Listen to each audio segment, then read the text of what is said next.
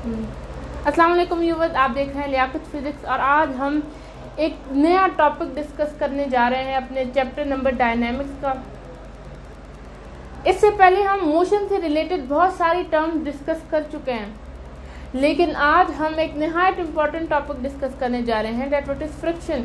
कि फ्रिक्शन क्या चीज़ है और मोशन का फ्रिक्शन के ऊपर क्या असर पड़ता है। लेकिन वीडियो स्टार्ट करने से पहले अगर अभी तक आपने हमारा चैनल सब्सक्राइब नहीं किया तो प्लीज़ पहले हमारा चैनल सब्सक्राइब करें, साथ में बेल आइकन प्रेस करना मत भूलिएगा ताकि हमारी आने वाली हर नई वीडियो का नोटिफिकेशन आपको मिलता रहे। तो हम स्टार्ट करते हैं अपना topic, that what is friction. ये फ्रिक्शन क्या चीज़ है। आप जानते हैं कि हमारे पास हर बॉडी जो है, हर बॉडी, सपोज हम इससे बॉडी कंसिडर कर लेते हैं, हर बॉडी किसी खास सरफेस के ऊपर मूव करती है। तो अब हम डिस्कस क्या कर रहे हैं कि हर बॉडी जो है वो किसी खास सरफेस के ऊपर मूव करती है और उस सरफेस के ऊपर जब वो बॉडी मूव कर रही होती है तो वो आसानी से मूव नहीं होती, बल्कि उसे एक खास किस्म की फोर्स का सामना करना पड़ता है जो कि उसके मोशन को अपोज करती है, यानी कि वो मोशन नहीं होने देती। उस फोर्स को हम क्या कहते हैं? फ्रिक्शन कहते हैं। क्या मैं आपसे कहना चाह रही हूँ, यानी कि कोई भी बॉडी मूव कर रही है सरफेस पर तो वो मूव कर रही होगी इस डायरेक्शन में, यानी कि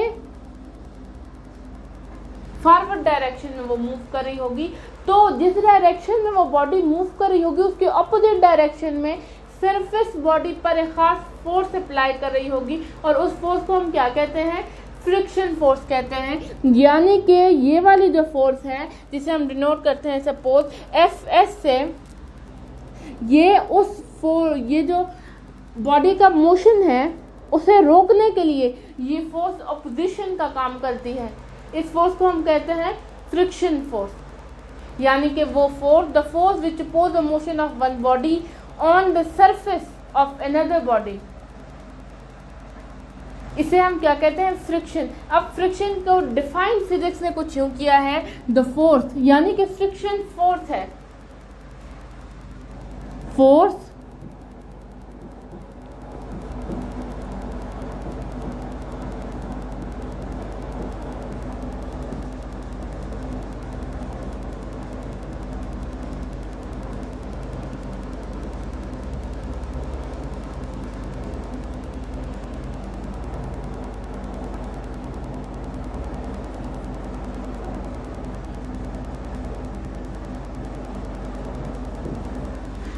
तो हम डिफाइन कुछ यूँ करते हैं फ्रिक्शन को, that force which oppose motion of one body on any surface, यानी कि वो फ्रिक्शन जो फोर्स है वो कौन अप्लाई कर रहा है? वो ये सरफेस अप्लाई कर रही है, किस पर? उस बॉडी पर जो कि मूव हो रही है।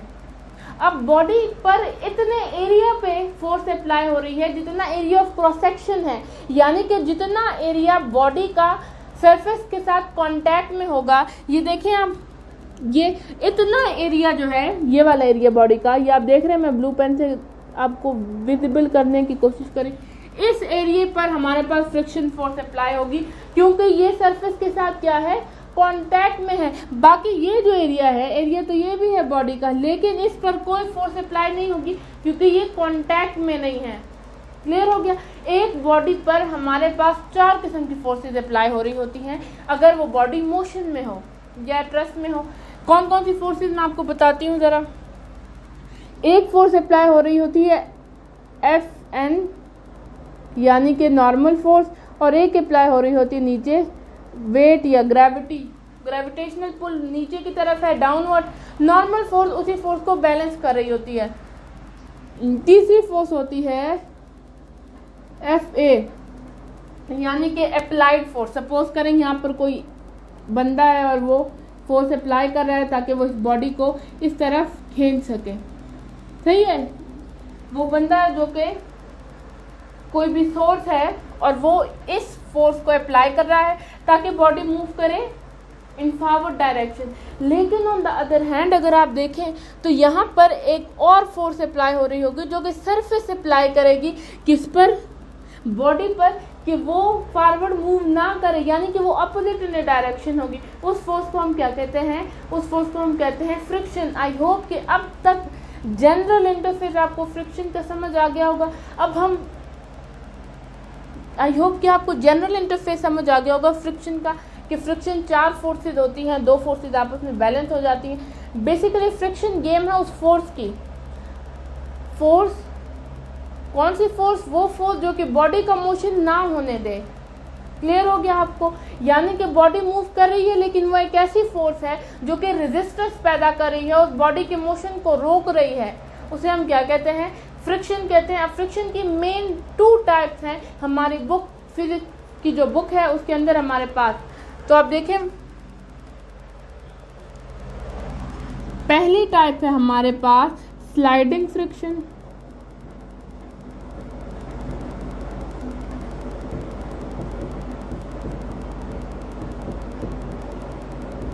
और दूसरी टाइप है रोलिंग फ्रिक्शन।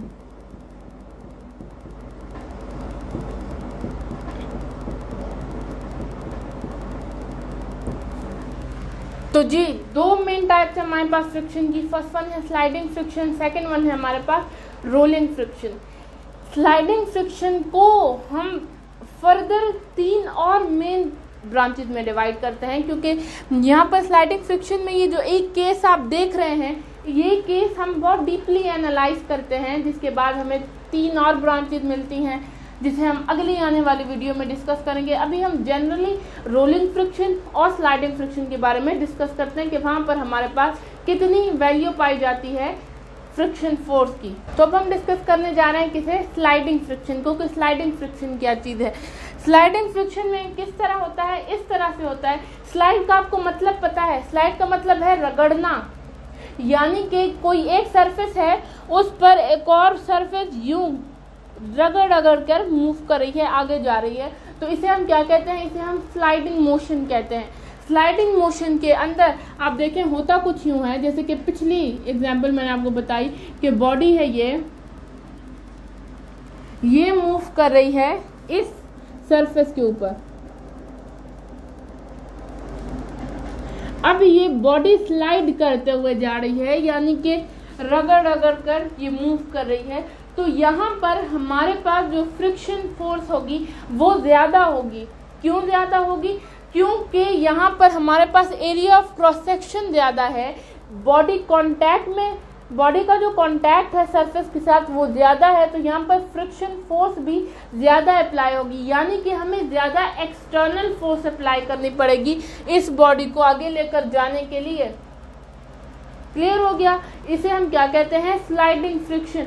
स्लाइडिंग फ्रिक्शन के अंदर मैं आपको फिर बता रही हूँ कि 3 और केसेस आते हैं जिन्हें हम फर्दर कहते हैं कि static friction, maximum static friction और kinematics and dynamic friction. Maximum static friction के अंदर क्या होता है, स्टैटिक फ्रिक्शन क्या होता है और काइनेमैटिक और डायनामिक फ्रिक्शन क्या होता है, ये चीज़ें फिर हम अगली आने वाली वीडियो में इंशाल्लाह डिस्कस करेंगे। अभी आपने कॉन्सेप्ट क्लियर करना है अपना मेन 2 टाइप्स ऑफ फ्रिक्शन पे, यानी स्लाइडिंग फ्रिक्शन क्या है और रोलिंग फ्रिक्शन क्या है। स्लाइडिंग फ्रिक्शन के अंदर सिंपली ये होता है कि force which oppose sliding motion, यानी कि जब आप डेफिनेशन लिखेंगे तो आपने स्लाइडिंग मेंशन करना है।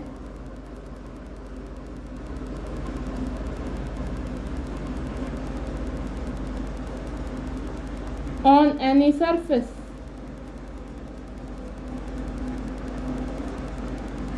सही है। ऑन द अदर हैंड आप जब बात कर रहे हैं रोलिंग फ्रिक्शन की, किसकी बात कर रहे हैं आप? रोलिंग फ्रिक्शन की। तो रोलिंग फ्रिक्शन के यहाँ हमारे पास हालात कुछ और हैं। मैंने आपको बताया कि फ्रिक्शन डिपेंड किस चीज, मैंने आपको बताया कि फ्रिक्शन डिपेंड किस चीज पर कर रहा है? फ्रिक्शन डिपेंड कर रहा है एरिया ऑफ क्रॉस सेक्शन पे, यानी कि कितना एरिया कांटेक्ट में है हमारे पास बॉडी के साथ। अब क्योंकि स्लाइडिंग फ्रिक्शन में मैक्सिमम एरिया कांटेक्ट में आता है, लेकिन जब आप रोलिंग फ्रिक्शन में देखें, सपोज हमारे पास कोई भी एक बॉडी है, ये आ गई सरफेस और ये बना दी मैंने बॉडी,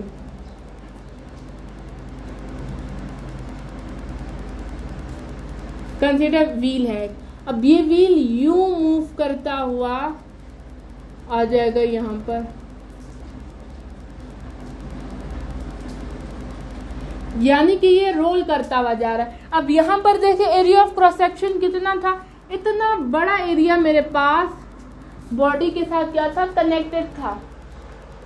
सरफेस का के साथ जो अट्रैक्शन थी बॉडी की वो बहुत ज़्यादा थी। लेकिन आप यहाँ पर देखिए, यहाँ पर बस ये एक टिप है जो कि बॉडी के साथ कांटेक्ट में आती है। देखिए यहाँ पर एक टिप है, यानी कि बहुत कम एरिया ऑफ क्रॉस सेक्शनल जो है वो सरफेस के साथ अटैच्ड है, जिसकी वजह से फोर्स भी कम अप्लाई होगी, तो फ्रिक्शन फोर्स भी कम होगी हमारे पास। तो रोलिंग फ्रिक्शन जो है इसकी डेफिनेशन हम कुछ यूँ करते हैं, फोर्स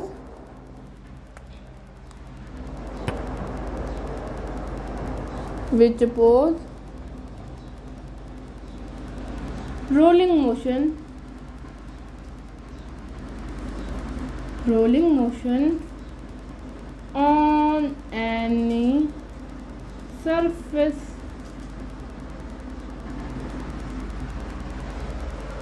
रोलिंग फ्रिक्शन की डेफिनेशन हमारे पास ये है कि वो फोर्स जो कि किसी भी बॉडी की रोलिंग मोशन को अपोज करे उसे हम क्या कहते हैं, रोलिंग फ्रिक्शन। अब रोलिंग फ्रिक्शन और स्लाइडिंग फ्रिक्शन के में मेन बात ये याद रखनी है आप लोगों ने कि रोलिंग फ्रिक्शन के अंदर जो फोर्स ऑफ फ्रिक्शन होगी वो कम होगी as compare to sliding friction में।